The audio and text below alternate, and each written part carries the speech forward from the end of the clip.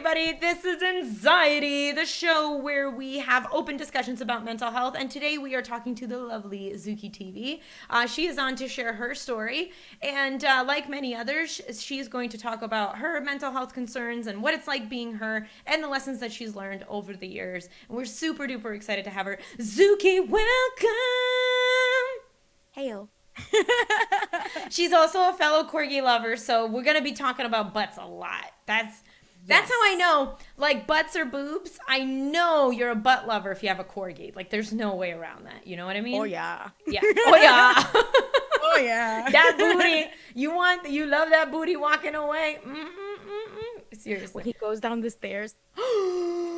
Forget it. Then it jiggles. Forget it. They go like this. Or when he like shakes it out when he's like wet or something, and he just shakes it out and he's just like, and then the ears, what in the ears? There's so much going on. Anyway, can you guys tell that we like corgis? Is that obvious yet? I just want to make sure that that's clear. Bootylicious. Concur. Anyway, okay. Yeah, there's a Mercorg. Thank you so much for sending a Mercorg in chat. Appreciate it, Soma. Oh my goodness, girl. We have shared some secrets with each other. We have done some venting sessions. I absolutely adore you, and I'm so excited to have you. I'm so excited to have you on. And I'm secretly fangirling. Fangirling? Don't you fangirl? Be excited. We hugged in real life. I've hugged your dog. I had a very good poker face. You did? Because after you walked away, my husband is like, okay, she walked away. And I started. I'm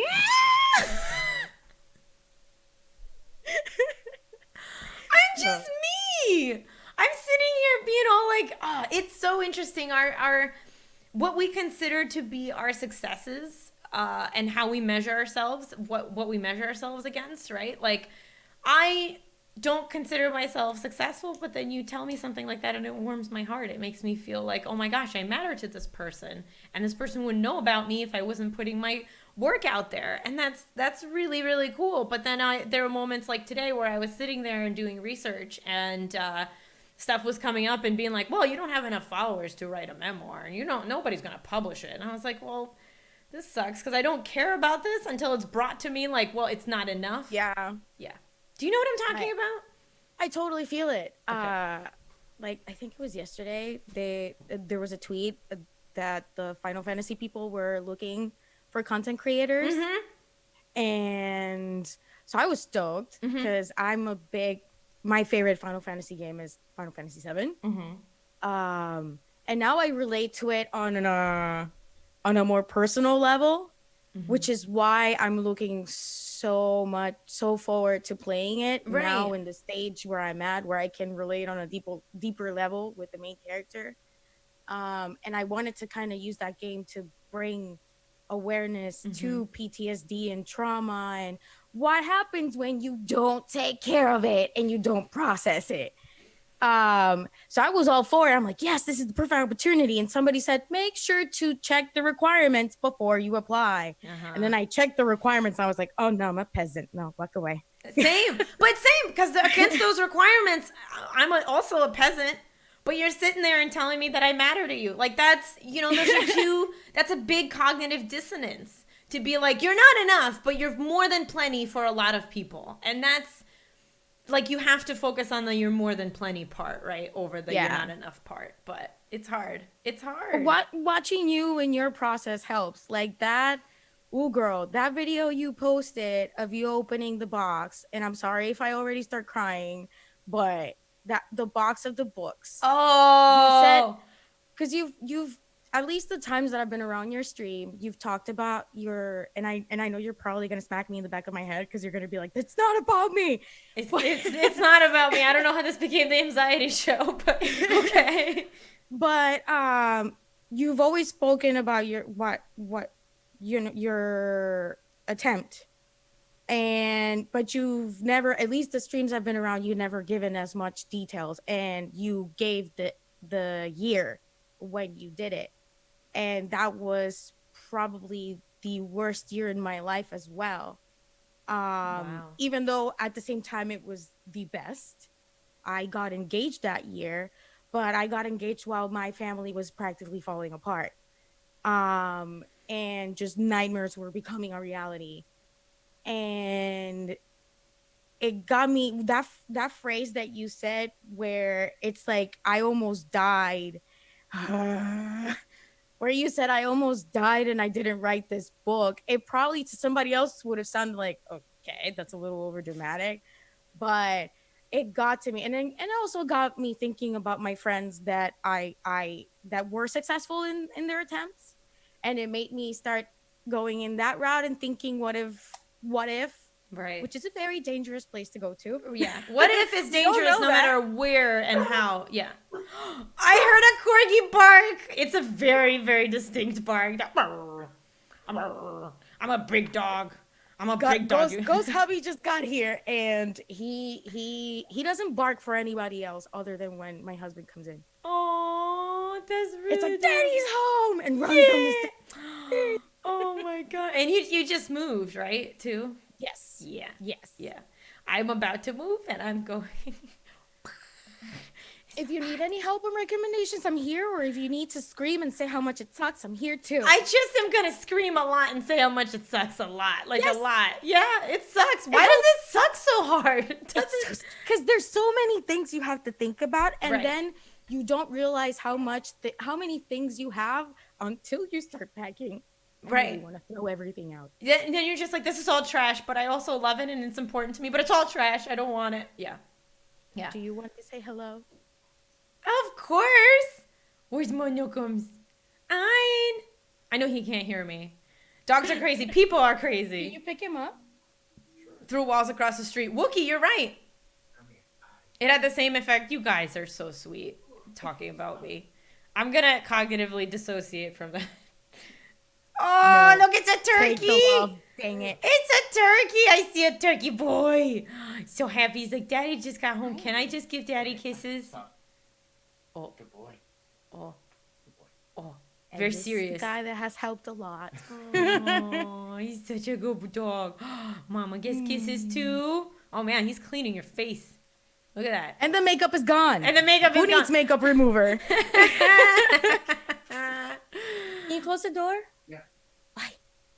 Bye. Oh my god, my heart. Mine doesn't give me kisses. Mine is weird and doesn't give me kisses. He gets very, very worried about being on camera. He makes this face. He's like, Oh, Ein is a specimen. He's a very unique corgi because usually corgis are very cat-like. He is very cat-like, yeah. but he's very affectionate 24/7. And him and I are pretty much one entity. I've come to Sure. stop fighting. Sure. Become one with your Yeah. dog. I understand that. He'll leave me alone and do whatever. And if I am slightly off, and I'll just turn to my side, and he's already sitting there like, hi, what do you need me to do? Do I need to jump on your lap? Do you need to sit down so I can reach you? Yeah. Oh, And he my knows, gosh. because you saw my hands shake a lot. If my hands are shaking too much and they're in the range of his vision, he'll just come up to me and start smacking it to bring me back. It was thanks to him that we discovered that I started disassociating too. Because I would just stare into a wall, but obviously I don't notice because You're don't busy. notice yourself. And nobody, usually it would happen when nobody somebody would see you and they're like, oh well, she's probably thinking of something or whatnot, and he would just come at me and just slam into my leg or smack my hand with his nose. And I talked to my doctor about it, and that's when my doctor was like, oh yeah, no, you're disassociating. And I'm like, oh, fantastic. Well, but it's great to have a puppo who knows what to do, because my puppo knows if I'm crying, he needs to come give kisses. Like, that's an automatic, which is great. But mine is not. Yours is an actual service dog, so he's trained. Yes. Yeah. Yes. Yeah. So I did train him myself. And really? That's really Yeah. cool. because we got him just to keep me, since my husband is in the military. Mm-hmm. So I went from being full-time, completely independent, my own car, everything. And once we married and got together and I moved to the continental US with him, I pretty much completely depended on him. We only had one car. And I had the time of the universe to myself, which is like the worst for me. For a lot of people. Oh yeah, it's the worst. And so it started me joking about, well, I'm only going to marry you if you get me a dog because I've always had a dog. Hmm. And then I specifically picked a corgi because they're so demanding. Yeah. He was going to suck my life. Yeah. Oh my God. We had several moments when he was a puppy where, like, at one point, my husband was leaving on a work trip and he picked up the dog because he was a puppy and he was a little shit. Like, there's no way around it. Corgis are little shit. Yeah. He would just try to find trouble. He would be looking at you and doing what he knows he's not supposed to do. Like, just, yeah.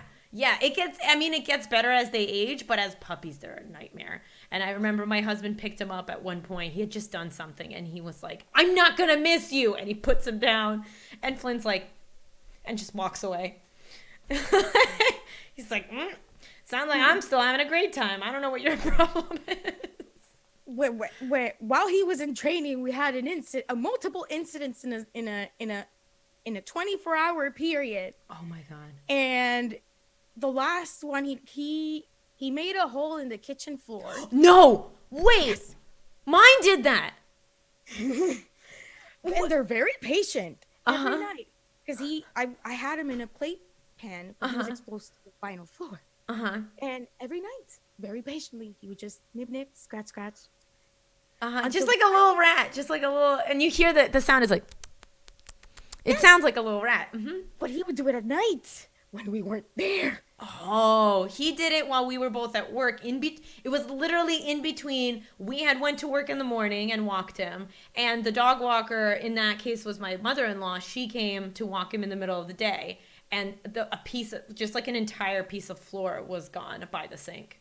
And we had been meaning to replace the that area with tile, but we hadn't gotten around to it. But now we had a giant hole that looked like something. He was covered in linoleum pieces too, like they were all stuck to him. Yeah. And to this day, if you point to that corner and go, "Who did that?" he walks away and goes under the bed in shame. It's true. We walked into it. I had left to visit my neighbor, and we walked in. She was holding her baby, and I just saw that and kind of blacked out. And my neighbor was like, hold my baby. And she walked in and grabbed one of the pieces and just kept going, bad eye on his nose. And he's just sitting there like, what's happened? Covered in vinyl. And then the next day he broke the bed that we just bought him. In less than 5 minutes, we left him by himself. Oh yeah, no, we can't have any more dog beds, but he likes blankies. Like, if we put a blanket on the floor, he's very happy. But if you put a dog bed, he rips it apart. So he only has old blankets. At least he's finally over that, and he has plenty of beds. He loves beds now. But, oh boy, that child. And it was right before one of his training classes, because we did take him to an advanced behavior class. Okay. To help me. It was more for me. Him, to help me know how to teach him more things. Okay. And I remember Alvin, my husband, was walking ahead with the dog. At that point, he had enough. He walked into the Petco to the dog trainer, and he goes like this at her, "You fix him or he's gone. I can't take this anymore." Corgis, before you look at a corgi and go, that's really cute, they are stubborn, and and I've said this before, they have more personality than some people I know. So yes, just be ready for that. If you do your research, professionals will tell you that is not a first dog person dog. Yeah. No, and he wasn't my first dog, but it was. Yeah, same here. Yeah, but it was, and I wanted a dog. He has my personality. As much as we make fun of him, he has my the stubbornness, I'm doing this too bad if you don't like it. That's all me. So as much as I can like it, not like, yeah, it's all reflective. Yeah. Fix them. I will stop distracting you. I'm sorry. Oh my gosh. What do you mean distracting me? We're having a good time. So why did you, let's go back. Why did you decide that you needed a dog that was a service dog? What happened? Well, I didn't, we got him just to keep me busy. Right. And I love dogs. That was one of the careers I wanted to go for. Like, I love animals, period. Like I'm the person that you'll walk to holding a snake or a lizard, and I'm like, they're so cute, and you're like, what's wrong with you? Except spiders. No I do spiders. not like spiders. Girl, we have more and more in common by the second. Go on. Go on. So he was just, his sole purpose was that. Mm-hmm. My parents were like, well, you do have anxiety, you should consider training him for emotional, as an emotional support animal. But I was like, yeah, the pride, because Mm-hmm. we Puerto Ricans are very prideful. Mm-hmm. And I was like, yeah, no, it's not that bad, I'm not that bad, I just need something to keep me busy since I'm gonna have so much time in my hands. But then as we continued to train him, and we moved. The moving was like the big, which we all knew was going to happen, and we were all concerned.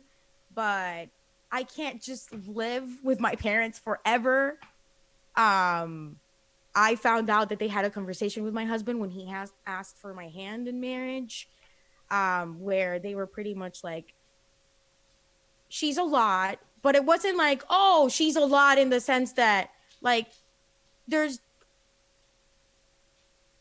she's got a lot of issues, and you gotta love everything that you're gonna like. If you love her, you gotta love everything. Aww. Because if you don't, we'll punch you. That's very different from my dad. My dad was like, "Are you sure she's got a lot of issues?" So that's very different. That's good. Yeah, no, That's good. I'm definitely not. My parents are aliens. I've learned from talking to so many people and seeing so many people and their horrendous experiences with their parents, and I'm over here like, what? I don't that's something that I've learned over the years too. Like my parents are the kids that didn't necessarily have the best experience, not necessarily in my mom's case that, well, one of her parents wasn't very great. I love my grandpa, but Okay. but my mom had her mom, and then my dad had his mom, which I grew up with in my house. Got it.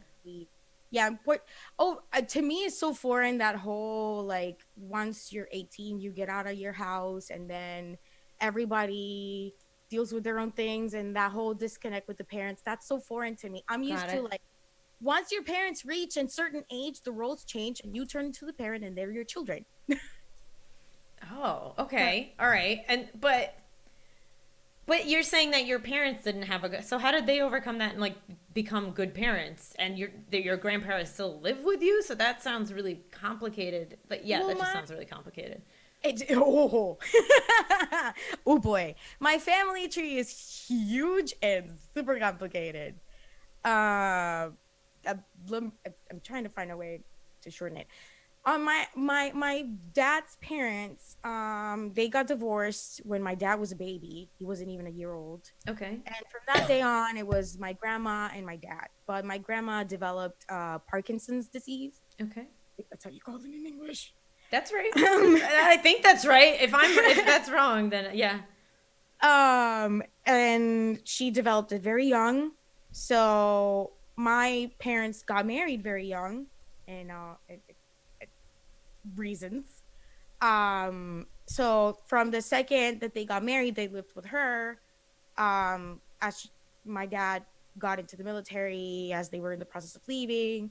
But then when my dad got out of the military and came back, that's when she started declining. So we pretty much, my parents pretty much stayed with her until it kind of switched, and it was us, the entire family, basically taking care of my grandma, but mostly us because we lived with her. And then with my mom, my trigger warning for anybody who's experienced abuse of any kind. I never met my grandma. She was murdered by my mom's stepdad. Wow. It was a domestic violence. And he murdered my grandma and one of her brothers.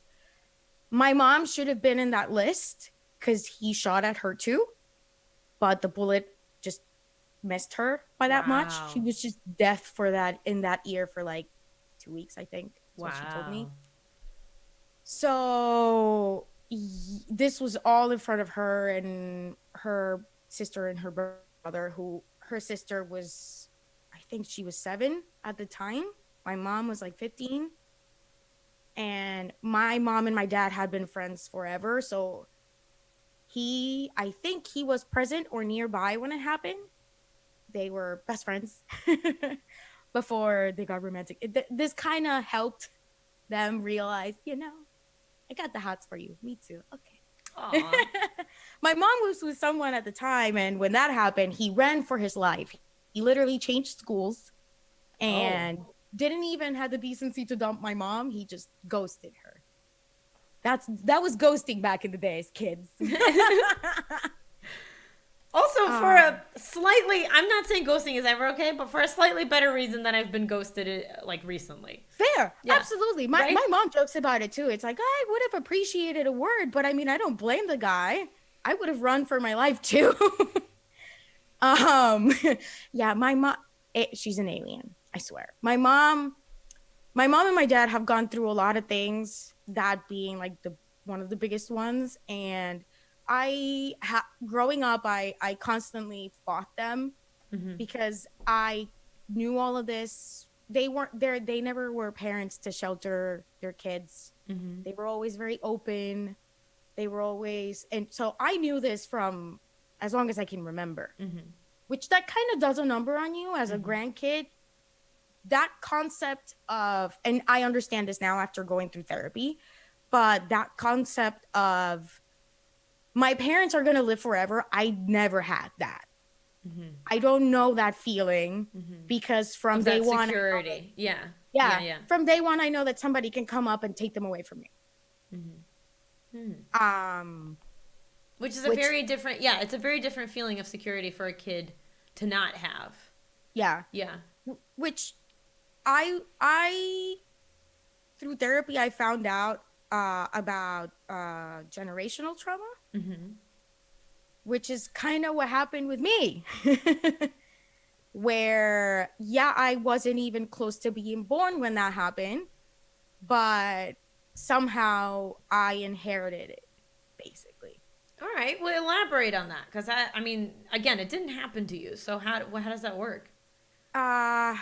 Basically, there's what my therapist explained, because she tried to keep it very technological so I could get it.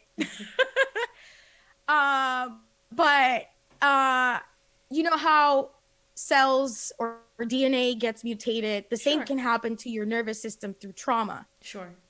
And you can English stop inherit working. You can, yes, from your parents, but I was that. I'm sorry, the nervous giggles are coming in. It's okay. You can giggle all you want. This is your interview. I feel horrible giggling while talking about it because it's a difficult topic. Yes. Yeah. Yes. There you go. Frenchie said it right. You can pass it on genetically through the nervous system. Right. Thank you, chat. Yeah. But it's totally, I mean, you're not laughing at the situation. You're laughing about like the absurdity and how you feel about it and everything. That's totally normal. I don't think anybody thinks you're like laughing at murder. I don't think. Oh, by the way, wait, I have to, not by the way, this has nothing to do with laughing at murder, but I am going to open the Q, the letter Q. If you guys would like to ask your questions, please go ahead. We're either going to respond to them as we go, or we're going to answer them all in the end. So just keep that in mind.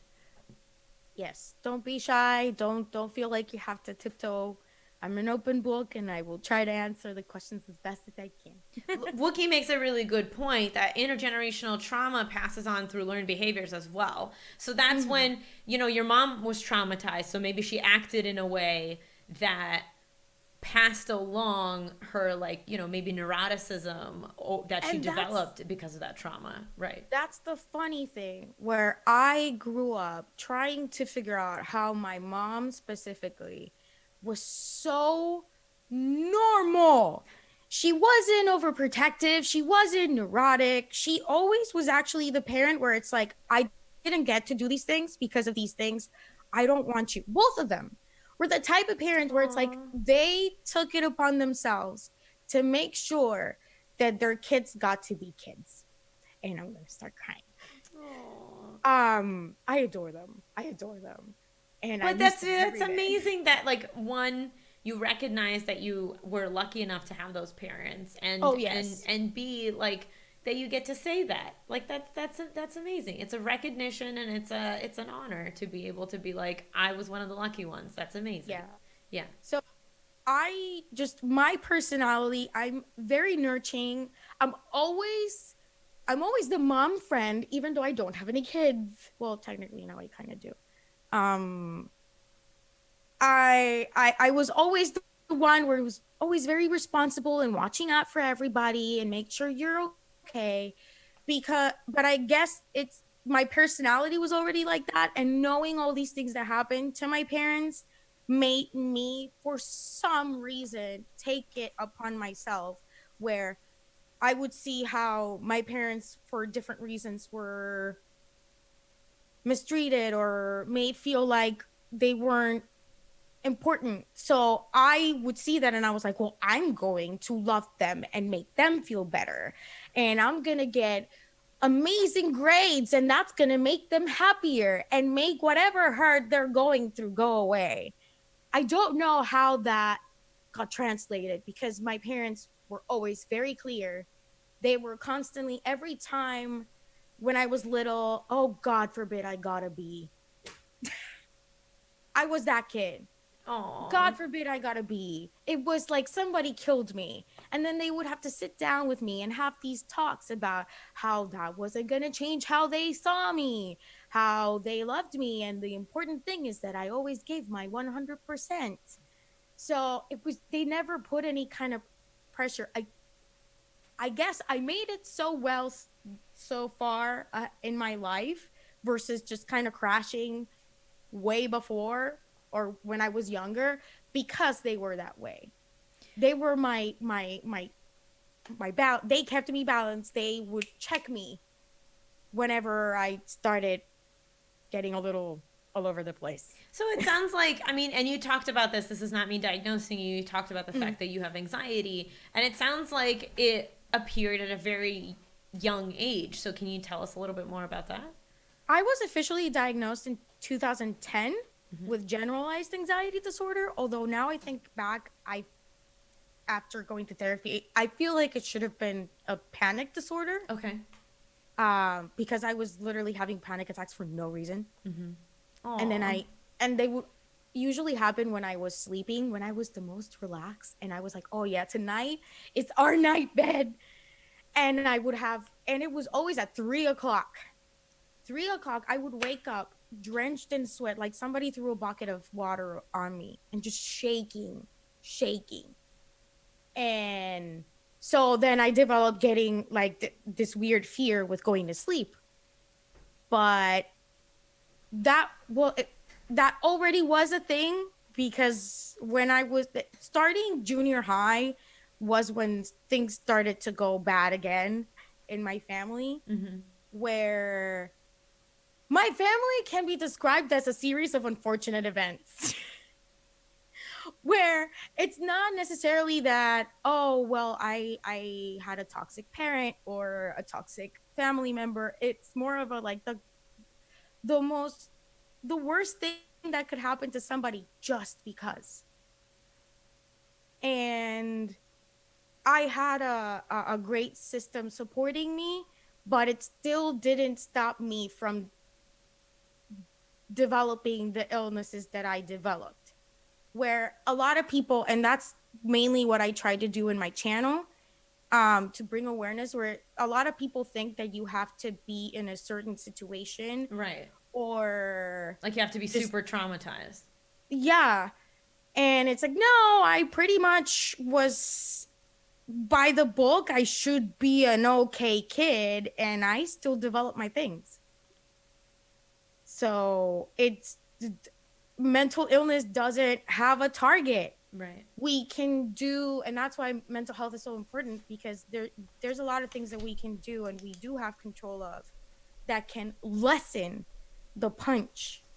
But the in my experience, the reality is that there's also genetics involved. There's also um predisposed situations where it just happens. As hard as you try to avoid it or to less, it happens. And that was one thing that it took me 10 years to accept because I kept fighting it. So you kept telling yourself that you shouldn't have it, basically? More like, oh, I can make this better. Oh, you were just gonna fix it without therapy and everything? Oh yeah, because I miss fix it. Right. I fix everything. I'll fix my friends. I'll fix my parents. I'll fix everything. I miss fix it. So what was the plan for that? Just be stubbornly going through it? Like, what was your idea? Oh, girl. You're here to answer these questions. Listen, you did not come on here to talk about ponies all day. Or ein. Oh, it's more like, I just want to go back in time and be like, you idiot.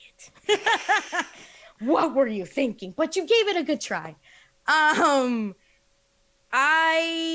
That first where everything just kind of exploded. It was in the summer of 2011. It started exploding in 2010 when I got diagnosed, but I had my breakdown in 2011. Okay. When my grandma passed away.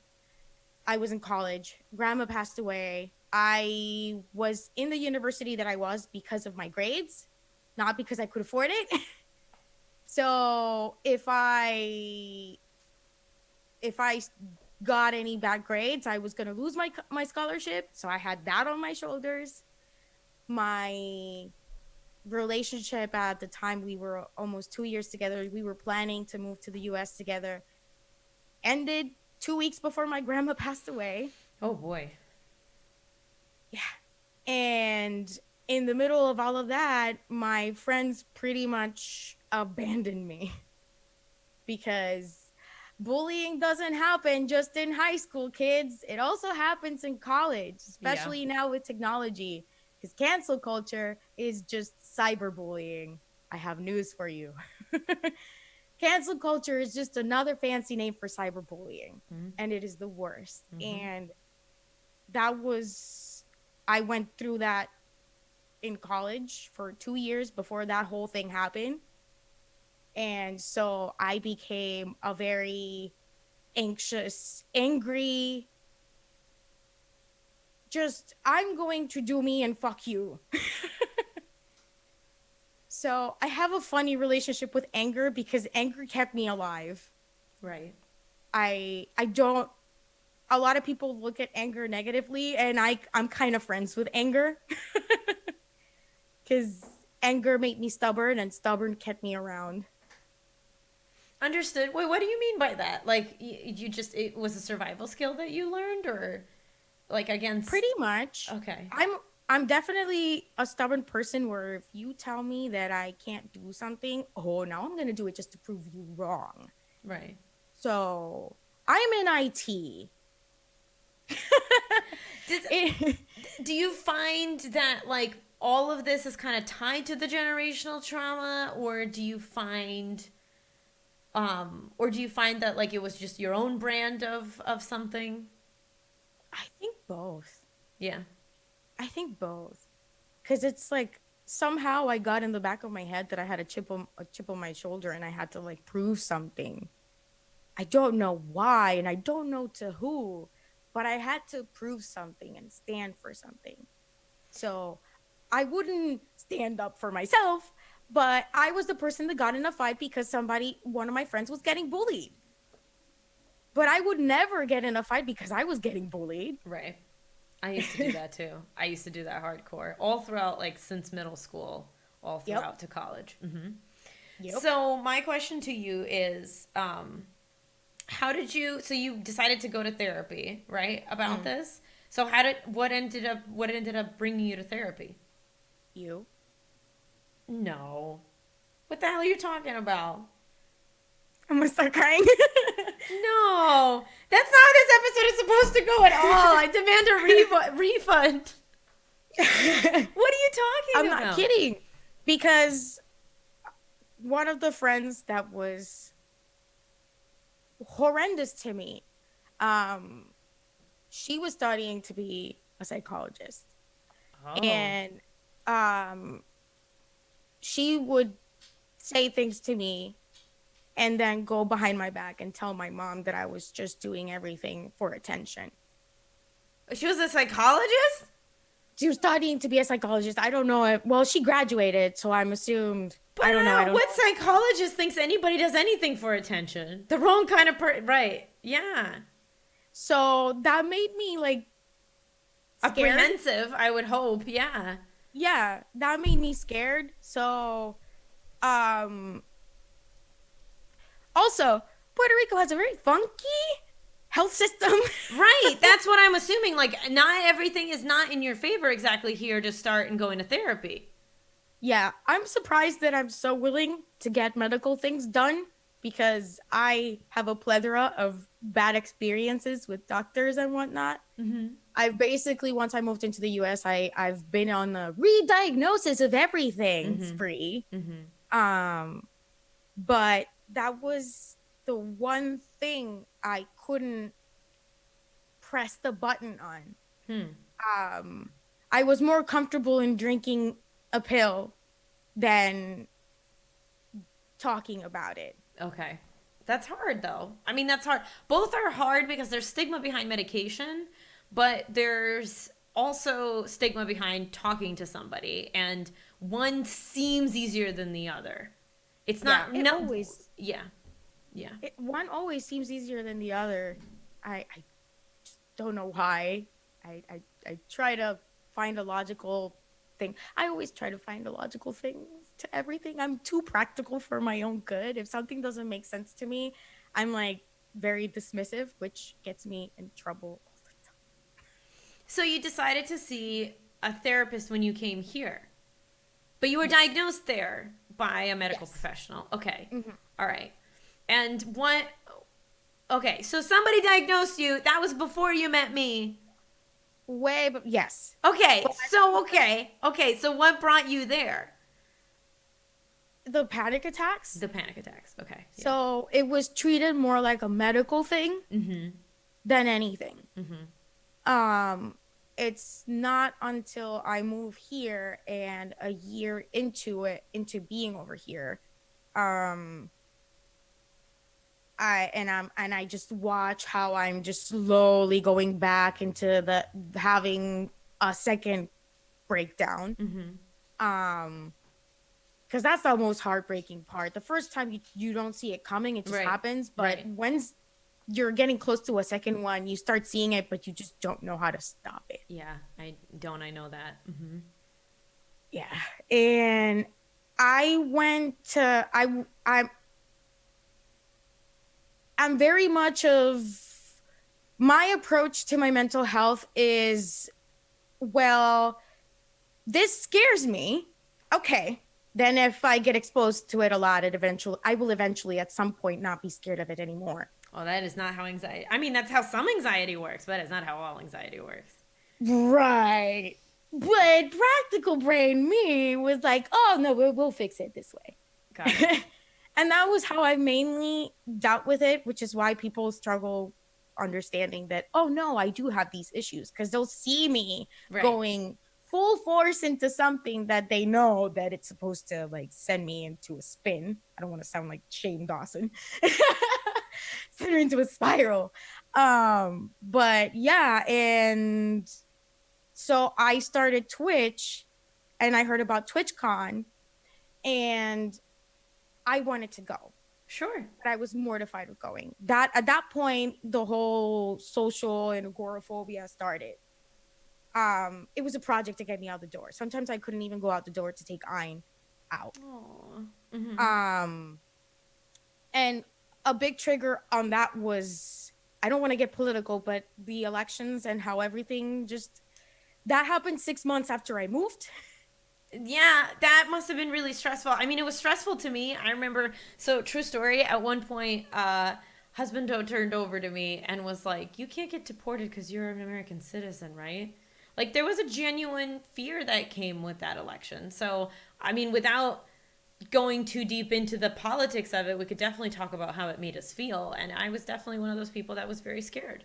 Yeah. Oh yeah, and for us Puerto Ricans, we're American citizens. We're born American Yeah. citizens, but we're constantly treated like You're we're not.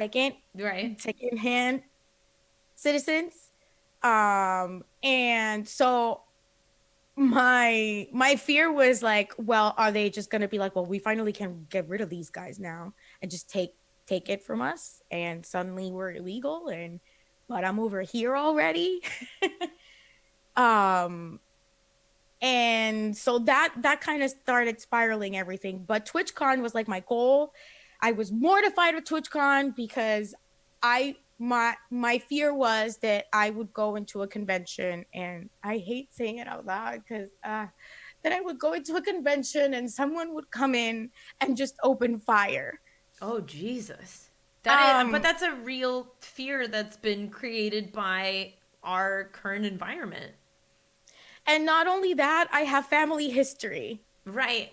Yeah, that's reassuring not from those nowhere. fears. Yeah. That's not from nowhere. And also, like, I've had me and my parents have had so many close calls that should have been, but something happened and it didn't, Right. You didn't want involving that to guns. be. Yeah. Yeah. Yeah. Yeah. Yeah. No, listen, I felt that and I didn't have a past history, so I can only imagine how amplified that is for you. Which was the most frustrating thing, because, and I would talk to my husband all the time, where it's like, I've been able to deal with my anxiety because I've literally argued myself out of it.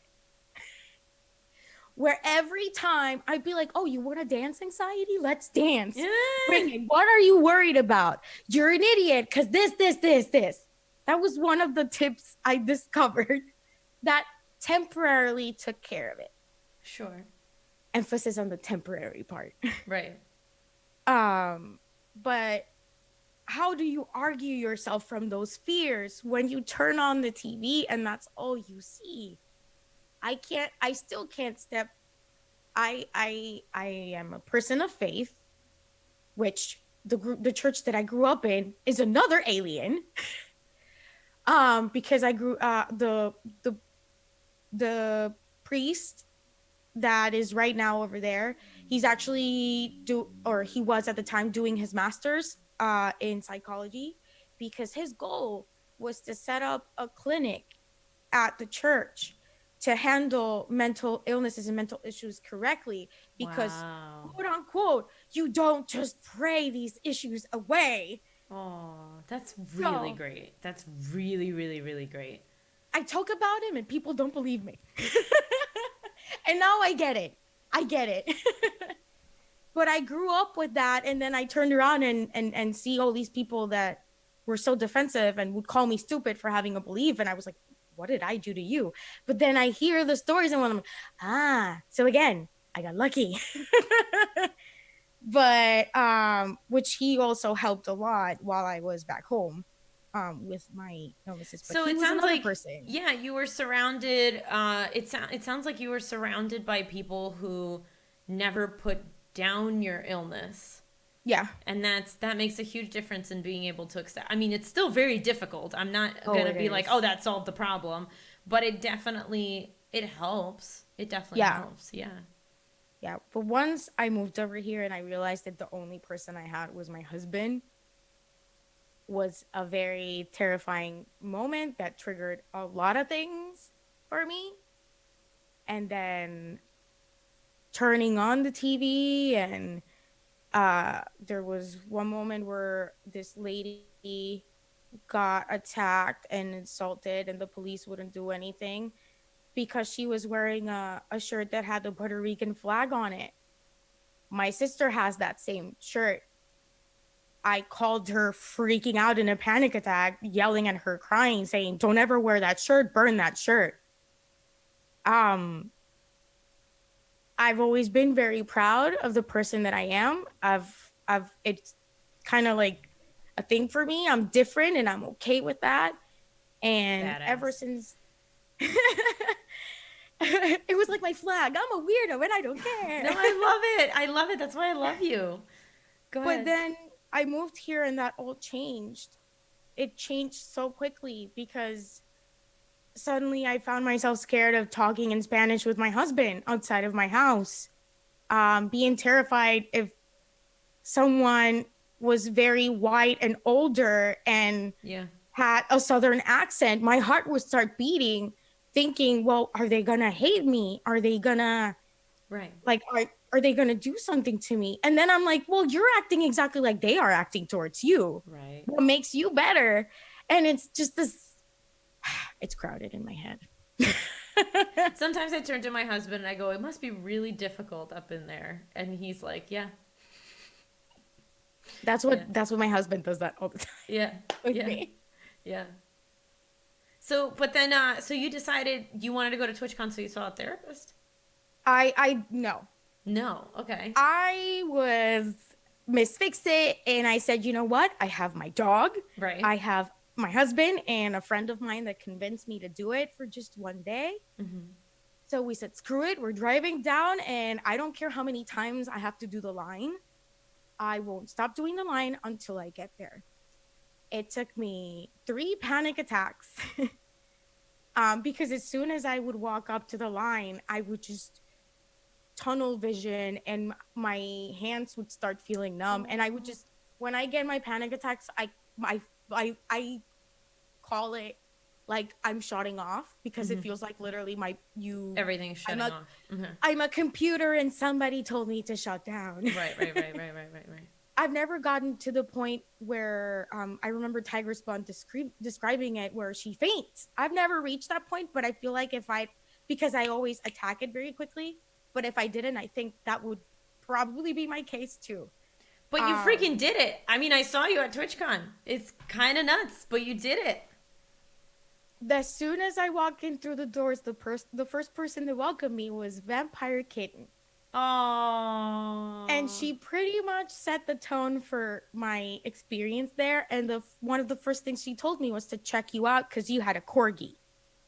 Oh my gosh. So I checked you out and I found out, wait a minute, she does this thing with mental health. And it's like an actual class. It doesn't even feel like a stream. It's like, I have a notebook, by the way.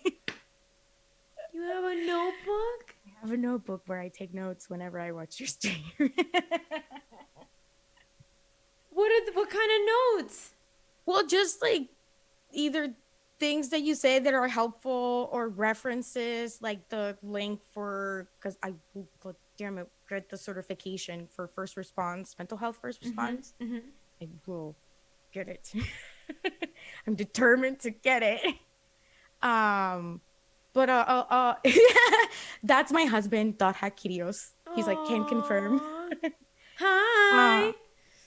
Because once I did Twitch for a year, which I started to kind of get me over that fear of people, where it's like, okay, well, I'm still exposing myself to people, but it's in the comfort of my own home. So brain, fuck you.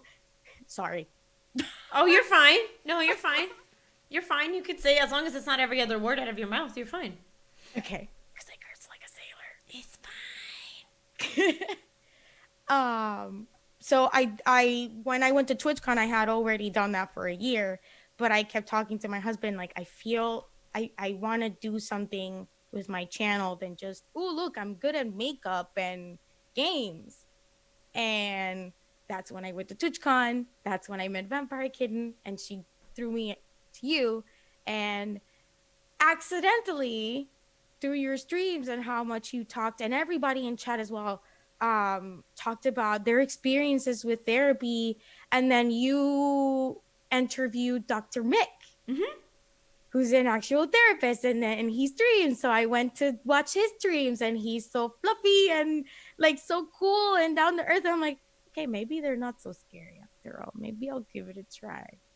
And that's why your video made me, it pulled strings on me because it made me think like, wow, I don't think she realized it wasn't just the book. I don't think she realizes how big of a deal it was her still being around, because you're keeping people around. You are.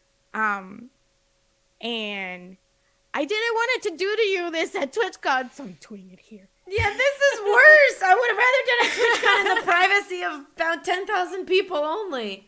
Because you see, in person, I say something and then I run. Sure. Like, I kind of did. Sure. But very, very, like, I'm not running, I'm walking fast. But you've helped not only in my person with my mental illnesses, but also like helped me kind of regroup and figure out what I want to do with my channel. And Girlfriend, as much as you can give me credit for that, I didn't do that. Ultimately, that's you. That's you. You may have watched me, but you were the light. Take the love, damn it.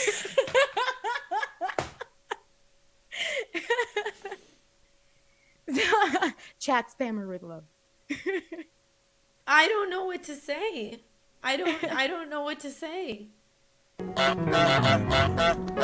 can honk. Yes. Thank you, Tally. I love the honk. Everybody loves the honk. I don't know what you're. I don't know, girl. Like, I'm just doing my best, and that's what I tell everybody. Like, I don't know how to accept compliments, but mostly, like, I'm just doing my best. I'm just getting up there, and I continue doing it because people like you are like, you're making a difference, and I'm like, I am. I don't feel like it. All right, we're gonna keep going. Yeah, I had my first person say that to me, and I'm like, what? Wait, no. I just talk about what I'm doing as far as my mental illness. And they're like, no, you give us a space where we can like let it out and then process it and move on. Like, okay, I didn't know I did that. You're welcome. I'm working on it, but yeah, it's the fact that I hate is a strong word. I don't like the approach that a lot of people are taking nowadays, where it's very commercial. People are like, oh yeah, let's talk about mental health, but they sugarcoat it. You're not pretending to be perfectly fine. We're not pretending to be perfectly fine. We're not pretending that we had those dark times and then, oh, we got better and it's done. We don't have to deal with it every day. We remind people that there's relapses. There's there's off days. You don't have to have a relapse to have an off day. And that's the realness of it. And that's why I connected with you so much, because I hate when people just kind of make it like, well, I started working out and now I feel 1,000 times better, which I'm not gonna lie, it helps. That's one of the many things I'm doing right now. Because thanks to all these issues and the other physical issues that I have, I gained a lot of weight. And my bones are feeling it. It's not that I think that I'm ugly. I actually think I'm pretty. You are very pretty. And you're gorgeous. Where are you attacking me? I'm being attacked. See, I don't just love, I love aggressively. I'm just now learning to love myself aggressively. I don't really know what to say. Thank you. You're welcome. Well, not scratch the you're welcome. Thank you.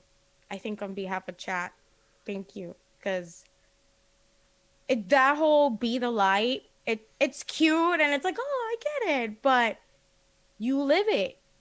Because you are the light, not only for yourself, but you're also the light to a lot of people. Even when you're having your bad days, you're a light to yourself and to us, which is mind-blowing to me, how you're able to do that. I'm just trying. Earlier today, I collapsed into a pile and was just like, I'm so fucking tired of not being enough, of not accomplishing enough. And yeah, and that was it. I was just like a sobbing, crying mess, because we'd been doing so much with this apartment and getting it ready to sell. And again, like, my favorite stitch isn't even here, because all this has to get ready to sell and get ready to go and everything. Yeah. And it's super stressful. And then they all left. The photographers left and the real estate agent left after telling us what we need to do for this weekend, because we're having an open house. And I just collapsed onto the floor and was just like, I can't, it was one of my bad moments. And so thank you for reminding me that it's all worth it. You're welcome. Yeah. Stop being addicted to what? Oh, Dean, consider your next words wise. I'm like so tired. Okay, I'm looking at my clock. Consider your next words wisely. If you are going to troll, this is the wrong channel to do so. If you want to be part of a wonderful community, you are very welcome to stick around here. I don't know who's addicted to drugs, but you don't yeah. You know what we are addicted to? Love. Oh god. And fluffy butts. Fluffy butt. Fluffy butt. Corgis! Fluffy butt. Fluffy Yeah, butt. Dak also has a corgi, and you met him. You met Dak at Yeah. yeah. We all met. Well, there was there was an inadvertent corgi meetup. All right, everybody, it's question time. Do you have any questions? Exclamation and the letter Q if you have any questions for Zuki. If not, then we've done a really good job. That banhammer dropped fast. It does not sit around and wait. Yeah, Tally's not one to sit around and wait. Tally does not joke. No, she has. You have exactly 4 seconds. Yeah. Oh, thank you so much for the follow, Dieter. Thank you. Trolls will not be tolerated. Well, they can't. Not in this. Not what we're doing. We can't. Yeah. Girl. Get out. So if you wanted people to have like one thing that they took away from them from this conversation, what would it be? A diagnosis is not a death sentence. That goes to whether you're having mental illnesses or any other illness. It's just another bump in the road, but there's always a way. And I hate to say it because it's cheesy, but it really does get better. It really does get better. The caveat I always say there is that it gets better if you work at it. Because I don't want people to think like, oh, it gets better just because, I don't even know, like just because. It doesn't just get better because time passes or something. It gets better because you work your ass off at it, and then that eventually brings you to a better place. But it does bring work, and not one, oh my God. One, and this I learned from you too. Not one tool works. Right. No, not one thing works. And some things fail you that you're like, this worked before, what the hell? Yeah. Yes. I call it my Batman belt. Oh, I have plan A, plan B, plan C. In order for me to be able to go to TwitchCon, the full con this year, I started going to therapy 6 or 8 months before. I started going to really crowded places that scared the bejesus out of me. When I started feeling more confident. That's determination, man. Oof. I'm a stubborn butt.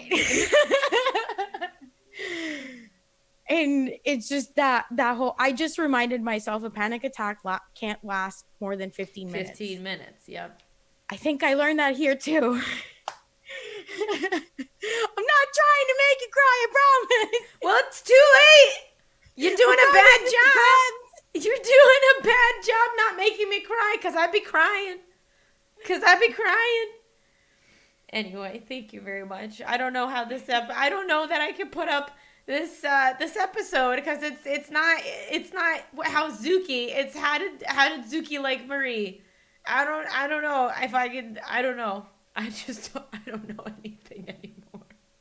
Okay, then I'll add this. No, you are barred from talking. No. You've said plenty, girl. No, go ahead.